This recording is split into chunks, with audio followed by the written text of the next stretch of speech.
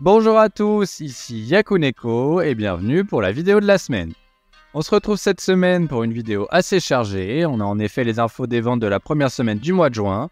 À ceci vient s'ajouter les premiers classements d'Astro Royal et de Kyokuto Necromance, mais également le début de Yokai Buster Murakami. Alors sans plus attendre, je vous souhaite une très bonne vidéo.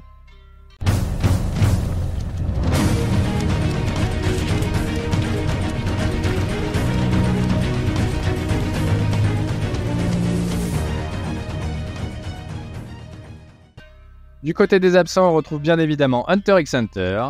J'espère que nous aurons vite de vraies nouvelles le concernant, une date de reprise ou au moins dans quel magazine. My Hero Academia est absent cette semaine également, il semble avoir un rythme assez particulier avec des absences régulières, sûrement pour finir convenablement son manga. Et enfin, Jujutsu Kaisen est de nouveau absent, il était il y a 2 semaines, cela ajouté à sa couverture de la semaine dernière, ça va donc faire 3 semaines sans classement pour Jujutsu Kaisen. Du côté des nouveautés de la dernière vague, on attend désormais plus que Psych Chaos, qui devrait intégrer le classement dans 2 ou 3 semaines.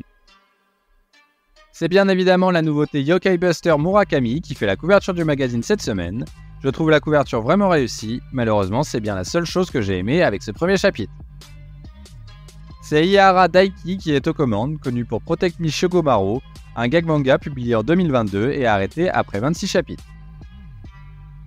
Il a bien sûr le droit à 2 pages couleurs, comme la couverture elles sont assez réussies, les couleurs sont très belles, même si je n'aime vraiment pas le style des personnages. Voici le synopsis. Après avoir été scellés pendant plusieurs centaines d'années, de terrifiants yokai ont été libérés dans le monde d'aujourd'hui. Queen, un jeune exorciste, se tient face à cette menace pour protéger la paix de ce monde. Mais dans cette guerre entre yokai et exorcistes, un lycéen ordinaire, Murakami, entre dans la bataille d'une façon très particulière. Voilà, donc on se retrouve une nouvelle fois avec un manga d'exorcisme, mais on rajoute à cela un côté gag manga où Murakami combat ses yokai en les tournant au ridicule. Et franchement, je me suis rarement autant ennuyé devant un premier chapitre. Je trouvais ça extrêmement lent et ça ne m'a pas du tout fait rire. Peut-être que ça plaira aux lecteurs japonais, mais pour moi, c'est en tout cas un gros non.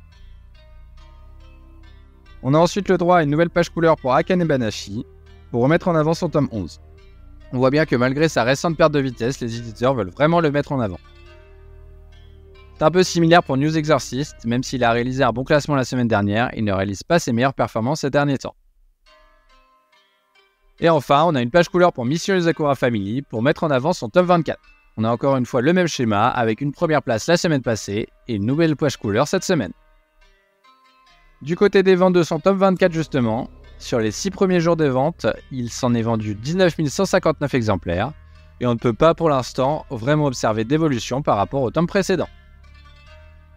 Après cette très longue introduction, place au classement, et c'était le dernier chapitre de Green Green Greens la semaine dernière, et c'est donc, comme attendu, le dernier de Tyrannemon cette fois-ci.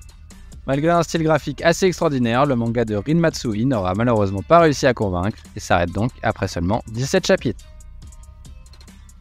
Kyokuto Necromance commence de la plus mauvaise des manières, avec ses 12e et avant-dernière place.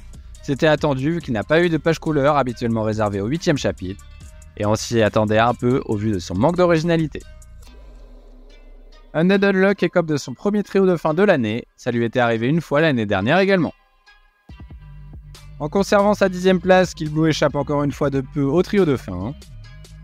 Au niveau des ventes, avec 15 539 exemplaires vendus lors des 6 premiers jours, c'est à peu près équivalent à ses ventes des premières semaines de ses précédents tomes, mais elle comptait moins de jours, il va donc falloir surveiller s'il ne recule pas ici aussi. Kagurabashi s'éloigne un petit peu de la zone rouge avec cette remontée de 2 places. The Elusive Samurai remonte un petit peu également, lui qui était dans la zone rouge la semaine dernière. Super Psychic Policeman Shoujo conserve sa bonne 7ème place. Du côté des ventes de son premier tome, 9 957 en 6 jours, ce n'est pas énorme, surtout vu la mise en avant qui lui avait été réservée par les éditeurs, mais il ne faut pas oublier que les gag mangas vendent toujours moins. À suivre donc. Witchwatch perd une petite place, mais se maintient tout de même dans la moitié haute du classement. Astro Royal s'offre un top 5 pour son premier classement, c'est très bon et ça fait plaisir. L'effet Kanwa Kyui, auteur de Tokyo Revengers, y est sûrement pour quelque chose, mais ça ne fait pas tout. Il n'y a qu'à regarder récemment les arrêts prématurés de Martial Master Azumi, de l'auteur de Inomaru Sumo, et de Tenmaku Cinema, des auteurs de Food Wars. Sakamoto Days a depuis un petit moment maintenant du mal à se maintenir sur le podium, il chute cette fois-ci de 2 places et est donc 4ème. Son tome 17 se vend pour l'instant un petit peu moins bien que son tome 16 lors de sa première semaine, mais celui-ci avait eu une grosse popularité, il revient donc plus ou moins à ses ventes de son tome 15. Blue Box conserve une nouvelle fois sa 3ème place, il prend de plus en plus de points à Sakamoto Days et est maintenant confortablement installé à la 2ème place du classement annuel.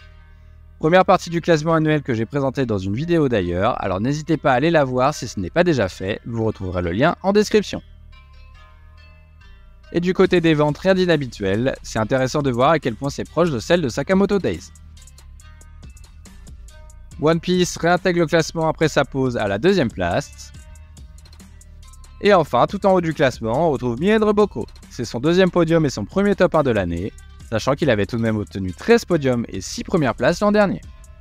Et voilà qui conclut la vidéo de la semaine, n'hésitez pas à mettre un j'aime et un commentaire si elle vous a plu.